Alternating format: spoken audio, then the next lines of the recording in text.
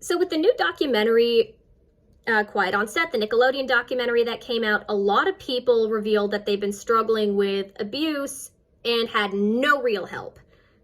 I tried to make this video a dozen times already, and TikTok deleted every single one that I made.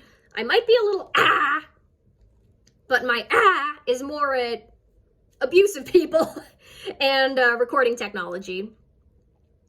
So a lot of people have been abused, and I did not grow up in the entertainment industry, but I do struggle with complex PTSD from abuse. I recognize a lot of what people are saying, and even in mental health spaces, there is not adequate support. A lot of therapists and doctors do not treat PTSD very well, do not treat trauma in a very effective and compassionate and understanding way. A lot of therapists, a lot of doctors are not trauma informed. So as somebody, I'm not a trained doctor or therapist or licensed psychologist, none of that, but I've made a lot of strides in my healing journey, and maybe to anybody who also struggles with trauma and abuse, maybe some of the things here can help, and that's pretty much it. So the first thing is self-forgiveness. And that essentially is, you did not deserve your abuse, especially if it happened to you as a kid. And reminding you, you have a right to be angry or sad or feel humiliation and shame or betrayal or rage. They all have their place. And of course, people are going to be affected by bad things that happen to them. It's unreasonable to tell people to just get over it. And they're wrong for telling you that. You didn't deserve your abuse. You deserve compassion and safety and dignity. You have a right to feel all those negative, inconvenient emotions because you're human and things happen to us and we get affected by it. That's like it's like telling people, how dare you be bruised after I punched you. People are dumb.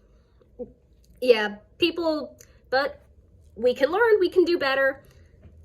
And trauma brain really does take on the voice of abusers, and it does take practice to get out of that. You really do internalize a lot of the bad things that are said to you, especially if you don't receive compassion. So you do deserve that compassion. You are worthy. You are important. You do deserve dignity and respect and safety. That's a big part of it. So other people having it worse, the way a lot of people say to us, it doesn't mean you're not struggling. You have a right to process that pain and to feel what you need, and just reminding yourself that you did not deserve the abuse. A lot of people also talk to you like you need to forgive your abuser in order to move on, and I do not agree with that, because a lot of abusive people did things that are very not okay, and it's okay to not be okay with that, because people telling you to forgive has this undercurrent of take abuse with a smile on your face, and no, people shouldn't have to do that. So a way to reframe that is, one, to practice giving yourself the compassion that you should have gotten sooner, but also to remind yourself that they may not deserve forgiveness, but you do, because you're amazing and you deserve dignity. And it takes practice to reframe how you talk to yourself and to become your own best friend and advocate. So number one, self-forgiveness. And number two is keeping perspective about a situation. Sometimes that involves reframing what happened and reframing the narrative. Not lying to yourself or anything, but the way people talk to you, as if a lot of people treat you, and it is unconsciously baked into a lot of the ways we talk to each other. A lot of people talk to you like abusive people are the powerful ones and you're weak for being hurt, and that is wrong. Abusive people are not, even if there are power imbalances, abusive people are weak and sad and pathetic, not the people they hurt. Excuse me. Again, I have said this a dozen times. Yeah. Abusive people are weak and sad and pathetic, not the people they hurt. That's not how we're talked to, but that is what it really is.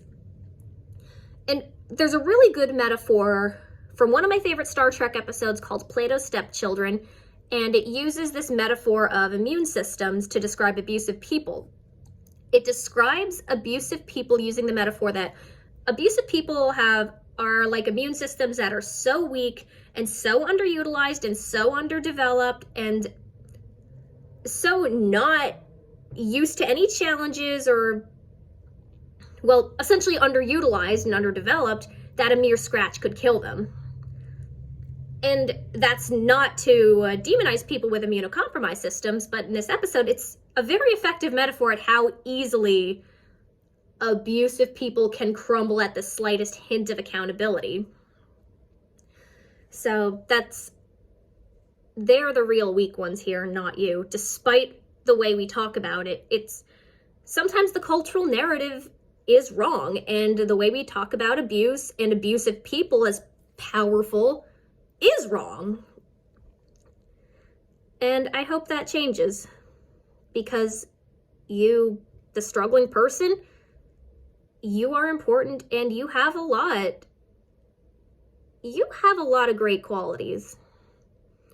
So part one of perspective is knowing how weak the abusive people of the world are and how sad and pathetic it really is to cause harm to other people, and how understandable and human it is to be affected by the bad things that you had no control over that happened to you. And that's so normal.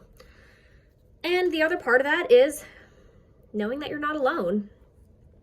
Because a lot of times we are spoken to as if, it's just us. We feel alone, and abusive people and systems make us feel alone, but we're not. And for me, as a woman, you're definitely spoken to as in that women, everyone hates you, and there's a target on your back, but men are so untouchable, and that's not true.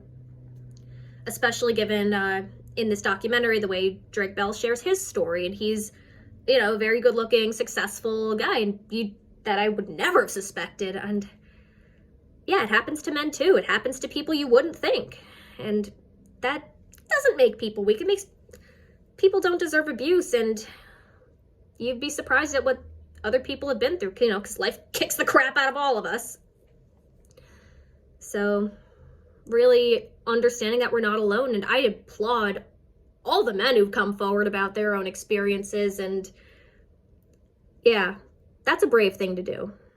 And I don't know, at least as a woman who's kind of been told of uniquely violence that targets women, it is kind of nice to hear that, other groups aren't so untouchable after all.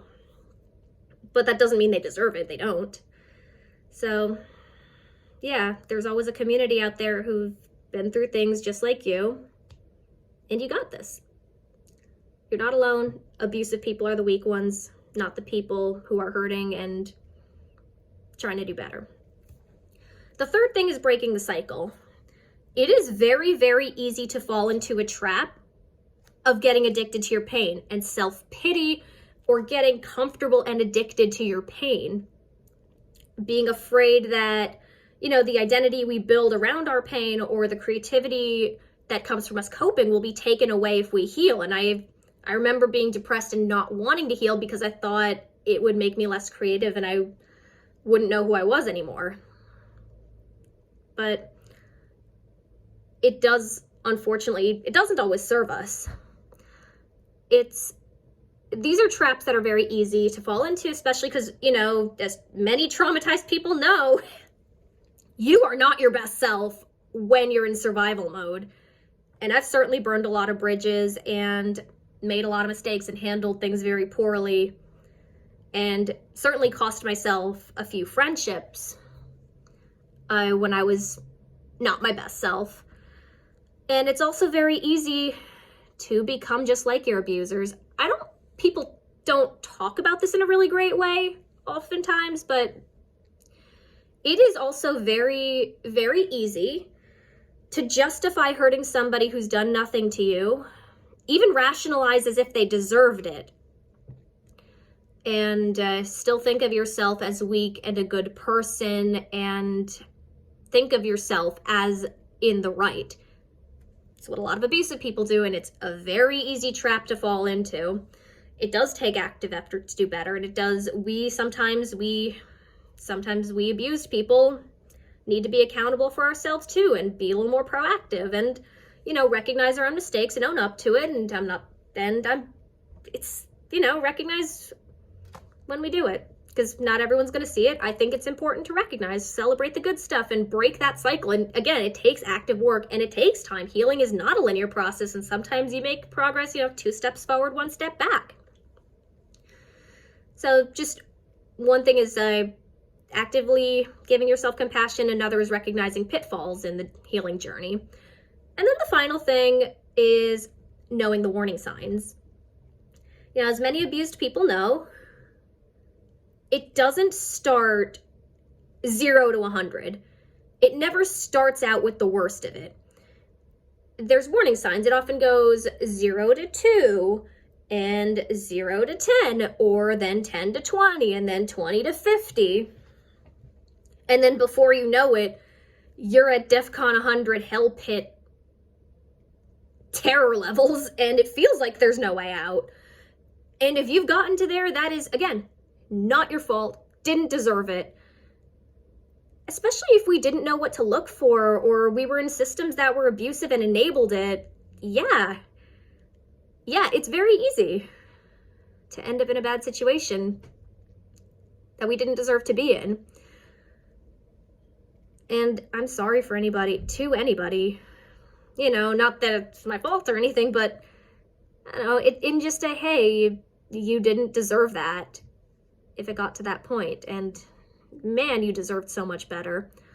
But sometimes knowing the warning signs, and sometimes knowing how to stop it early, to advocate for yourself early. Like if somebody's making a little joke that seems off, you can ask them, well, what do you mean by that? I mean, pressing in a subtle way. It's like, oh, what do you mean? Explain that.